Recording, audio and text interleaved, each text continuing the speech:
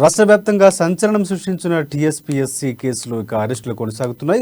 ఈ కేసు దర్యాప్తులో సిట్ వేగం పెంచడంతో నిందితులు ఒక్కొక్కరుగా బయటపడుతున్నారు. తాజాగా ఈ కేసులో మరొక 10 మందిని అరెస్టు అయ్యారు.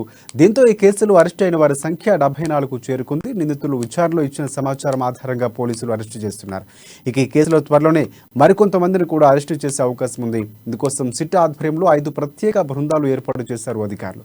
పర్యవేక్షణలో హైటెక్ పద్ధతిలో మాస్ కాపింగ్ చేయించి అరెస్ట్ అయిన పూల రమేష్ కు నిందితులతో ఉన్న సంబంధాలపై సిట్ అధికారులు ఆరా తీస్తున్నారు.